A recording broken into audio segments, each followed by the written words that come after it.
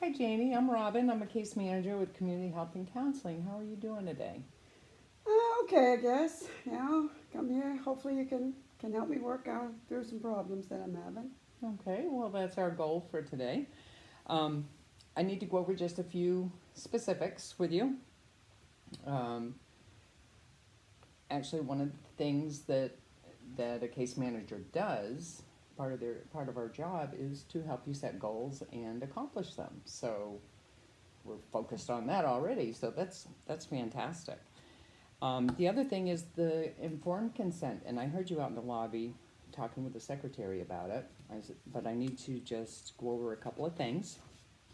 Um, so the informed consent consists of the confidentiality, which um, whatever we talk about here between you and I, it stays between you and I.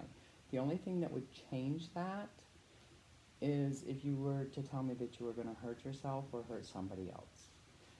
So just so that we're on the same page with that. And also, one of your rights, part of your rights is if you decide that after this session or after a few sessions you decide that you would rather have somebody else as your case manager, that's totally fine. We can set you up with somebody else. So Okay. hopefully that won't be a problem, but that choice is yours. Okay. Um, Okay. I do want to also bring up that if there may be some side effects, some risks with counseling, some of the processes that we go through may bring up some bad memories. If um, I just need to make you aware of that. I've been to counseling a couple of times before, so I am aware of how Okay. that can happen. Yep. Okay, so you've had Yep. some experience with it. Yep. Okay, and the good thing is that hopefully we'll be able to help you get through some of your issues and set you some goals and help you accomplish them. Mhm. Okay, Sounds good. so why don't you tell me a little bit about why you're here today?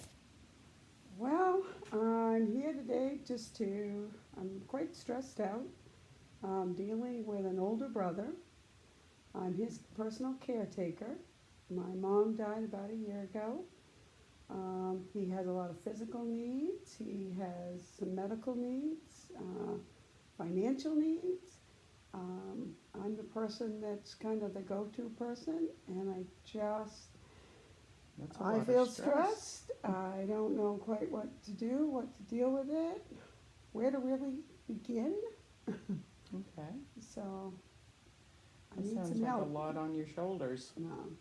Yeah, I think it is a lot. It's starting to wear on me a bit. Okay, So, well, let's see what we can do to get you some help. okay. So can you tell me a little more about your brother?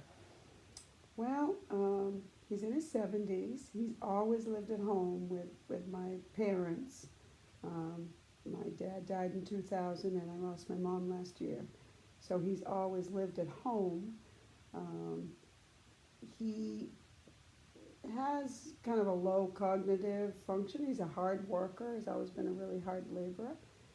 But he's medical needs with neuropathy and things like that. He can't work right now.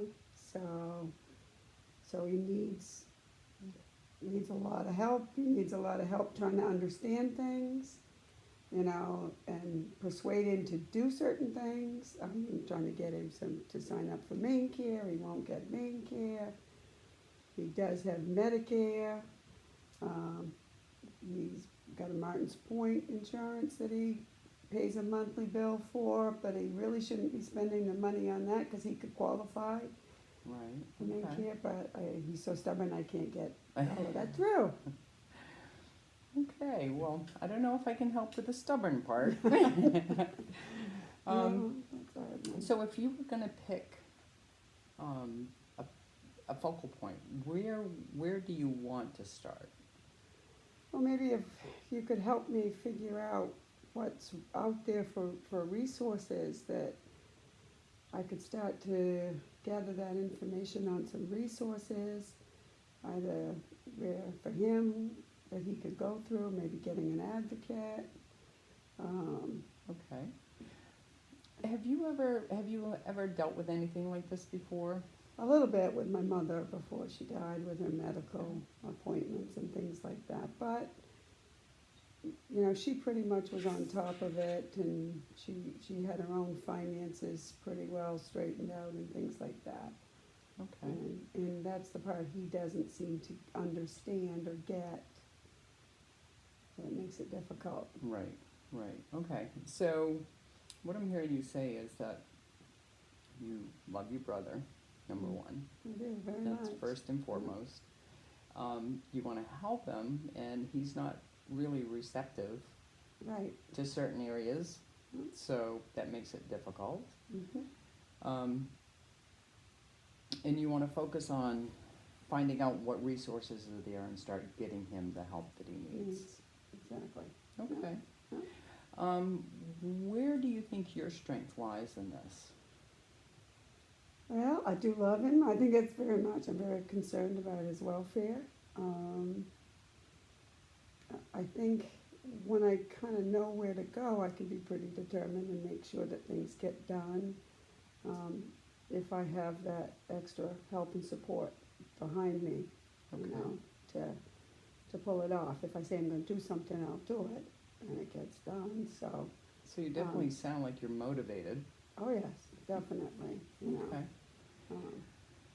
got to get this straightened out before winter comes. I feel like I got to get it straightened out before winter comes on, and Okay. you know, Okay. the So health gets worse. that's coming along. So Yep.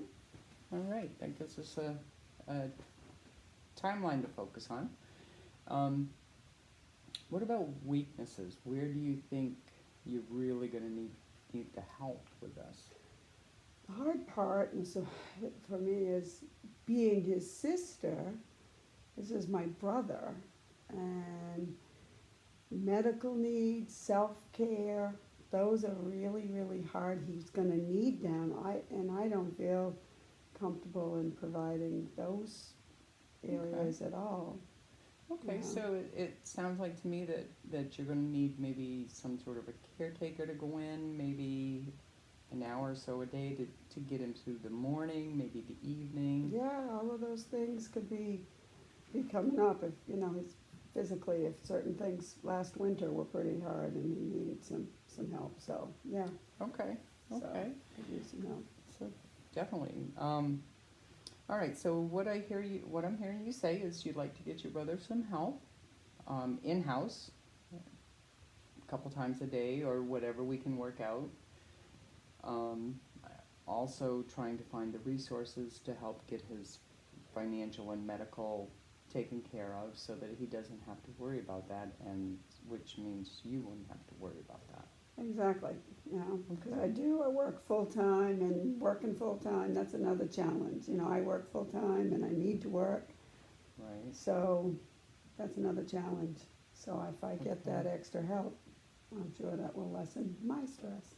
All right. Well, it sounds like we have some good information, a good place to start. So why don't we go ahead and make an appointment for Mm. next Monday? That'll give you a few days to think about it, maybe come up with some more ideas about what you need. And I will pull together some resources and contact numbers for you. How